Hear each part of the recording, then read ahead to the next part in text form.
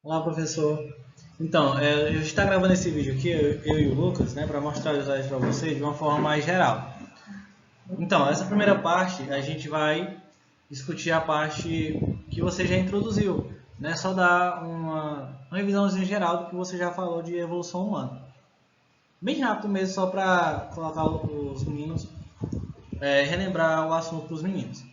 Então, passando, a gente vai começar falando das tendências evolutivas entre os primatas, né? Onde a gente vai falar da vida na copa das árvores, como isso influenciou eles, quais as características que eles tinham nesse momento, a importância, né, do primeiro dedo oponível, quais as características que essa evolução teve para a gente, teve para eles e para a gente, né? A importância também da visão binocular para o equilíbrio, né, para a sobrevivência de forma geral, enfim, vida familiar e cuidados com a prole que foram desenvolvidas, explicar como é que isso aconteceu, a relação, né, do desenvolvimento e da maturidade deles com relação às nossas, né, dos primatas com relação aos seres humanos modernos. Falar também das características de forma geral, né, do sistema nervoso que foram se modificando ao longo dessa evolução. Aqui a gente preparou um relógio, né, um relógio ancestral, vai falar de cada um dos momentos, né, dessa ancestralidade humana. No primeiro momento a gente vai falar, né, dos representantes da linhagem humana. Depois a gente vai começar a falar, né, do nascimento do Australopithecus, das características, né, como foi encontrado, os primeiros registros.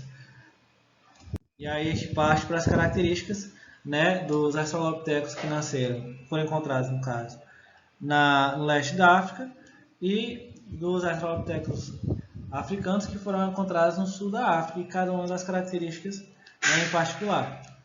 A gente vai dar mais de forma geral, mas também a gente vai selecionar as características mais importantes de cada um deles e falar. Aí aqui a gente vai trazer também a exemplificação de forma imagem, né, que a gente vai falar aqui da parte do crânio, como que era, né, da parte física deles mesmos, mostrando o corpo, como é que era, a semelhança com o homem moderno. A gente vai falar, né, da parte óssea deles também, inclusive dos dentes, né, a similaridade que tem, né, entre o chimpanzé e as mudanças que ocorreu do chimpanzé para o Australopithecus e para a espécie humana atual. Seguindo, né, no nosso relógio ancestral, a gente vai falar agora dos predecessores dos Australopithecus, né, que vieram antes deles e depois deles também, né? Aí a gente chega aqui exemplificando com imagem, falando do crânio, das modificações que ele sofreu, né, com a evolução, com imagem também da similaridade que eles tinham. Aí voltando, né, para concluir o relógio, a gente fala das tendências adaptativas dos predecessores do gênero Homo. Né? Agora aqui a gente já entra em outra parte da evolução, né? A gente traz aqui essa imagenzinha, né, do Australopithecus, que é só para ele já para animar, né, para interagir um pouco com eles. Voltando aqui, passei, se não dá para voltar, mas você vê, era outra imagem, né, das tendências evolutivas. Aí aqui a gente passa para a origem e evolução do gênero Homo, né, falando das características de forma geral. Aí aqui, né, a gente vai falar um pouco sobre a história da evolução humana. Eu vi lá nos vídeos que você já deu uma parte geral disso, mas a gente vai dar as características mais específicas aqui. Falar do clima, como ele influenciou para essa evolução. Falar das pressões seletivas que esse gênero sofreu. Falar das datas importantes, né, de descobertas, né, de mais conhecimento em relação à evolução. Em seguida, a gente vai falar da capacidade craniana, né, que foi aumentando com o passar do tempo. E essa capacidade craniana favoreceu para o desenvolvimento da inteligência, desenvolvimento de ferramentas e assim por diante. E aí, finalizando essa parte, né, da origem evolutiva do gênero Homo, a gente vai falar um pouco das características do Rudolfensis, né, que também está dentro dessa classificação desse gênero. Aí aqui outra imagem, né, de um dos períodos dele também, dos Australopithecus. E aqui a gente vai falar um pouco do Homo erectus, né, que é emergência e evolução desse gênero. Aí aqui a gente fez uma escalazinha com cada uma das características, né? Parentesco com os símios, que a gente vai falar. A gente também trouxe, como você pode perceber, a gente trouxe uma imagem do Homo erectus. O aumento significativo do tamanho do crânio, do encéfalo, aliás, né, que também auxilia na inteligência desse gênero. A construção de uma sociedade caçadora-coletora, né, que de forma geral a evolução veio trazendo, né, as características que a gente tem hoje em dia, que é viver em sociedade, desenvolver habilidades para sobrevivência, que no caso deles aqui era a habilidade de caçar, né, e coletar alimento. As linhagens do grupo, né, também do grupo do Homo erectus, como as linhagens ocorreram, quais são as características principais. Aqui a gente trouxe também, né, algumas imagens para mostrar, sempre a gente está trazendo a parte craniana, né, que é para eles terem mais ou menos a ideia de como isso foi se modificando com o passar do tempo, né? Principalmente a parte que o encéfalo se localiza, que o cérebro de forma geral foi se moldando e se localizando em localidades diferentes do crânio. Aí aqui, né, a predominância desse gênero nos principais continentes. Dando continuidade, a gente trouxe também uma imagem, né, da aparência para que eles tenham mais ou menos uma ideia de como eram, o que foi modificado com o passar do tempo. Aqui a gente também trouxe, exemplificando um pouco, né, dessa parte do crânio, das imagens e tudo mais. No próximo, dando seguimento, a gente fala do Homo neandertal. Bom, dando seguimento, né, os homens neandertal, né, a gente vai falar também das características, que é dando seguimento à parte evolutiva. Né, a gente vai falar que onde foram encontrados, onde é acreditável que eles tivessem existido, tivessem nascido.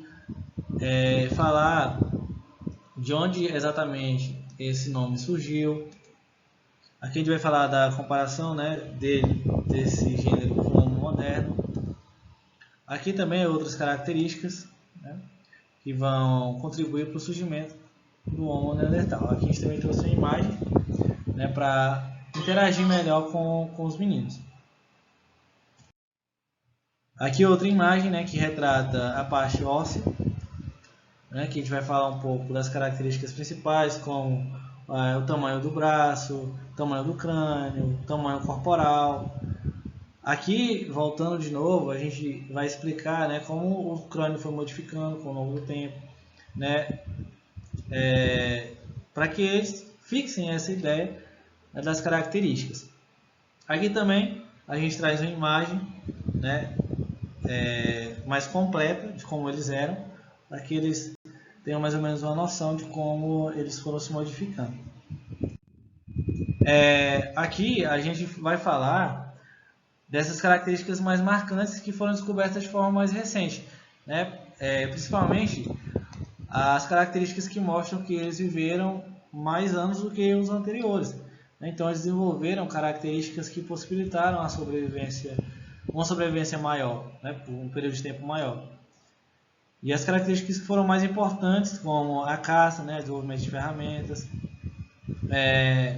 o desenvolvimento de características para fugir dos predadores, habilidades no caso, né, para fugir dos predadores.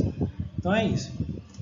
Aqui a gente vai falar, né, de uma forma geral, dando uma resumida, dos gêneros que conseguiam já andar, né, de forma bípede, que é dessa parte aqui do Australopithecus para cima, né, a gente vai dar algumas especificações, características e tudo mais. Aí vai falar também do uso do fogo, né? Onde surgiu o fogo, qual a importância, relacionar essa importância com as características que foram surgindo. E aqui, para finalizar, a gente vai falar uma das características que foram mais fundamentais, né? Que foram o uso de ferramentas.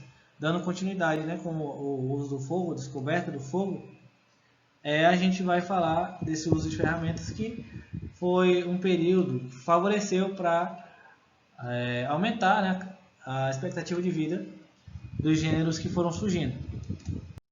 Aí a gente finaliza, né, falando da referência, foi exatamente o livro que eles utilizam. E nosso muito obrigado. E lembrando, Zô, que por mais que a gente passou aí agora, a gente mostrou para você aqui só o aprendiz da nossa aula. Né? Logicamente que vai ser mais resumido e bem mais explicativo para os alunos. Né? A gente só está mostrando a metodologia que será utilizada. Para caso você tenha alguma dúvida, né? ou alguma alteração que você acha melhor colocar ou retirar, é só mesmo para você saber como é que vai ser a metodologia que será usada por a gente. Mas, pelo que a gente viu aqui, vai ser um tempo bom, não vai ser um tempo muito cansativo para os alunos, porque a gente sabe que a aula online é meio cansativo, mas vai ser tudo sobre os controles, viu? Pode ter certeza. E aí, acompanhado disso aí, a gente vai mandar também um slide para você dar uma avaliada e olhar. Você vai perceber também, professor, que o slide ele pode ter algumas alterações para você, mas o oficial é esse aqui mesmo, né? Ele vai ficar com essas características. A não ser que você peça para adicionar alguma coisa, né? Para mudar algum aspecto do slide, e a gente vai fazer a alteração, mas de forma geral é isso, tá bom? E aí eu só dei mesmo uma resumida do que a gente vai falar. Quando a gente for falar na aula, a gente vai falar de uma forma mais completa, no caso. E é isso. Então, qualquer coisa, a gente pode até... Não sei se vai ser possível, né? Porque está no final de semana. A gente também não usa muito o computador no final de semana. Mas qualquer coisa que você quiser que a gente converse e tudo mais, a gente está à disposição, tá bom?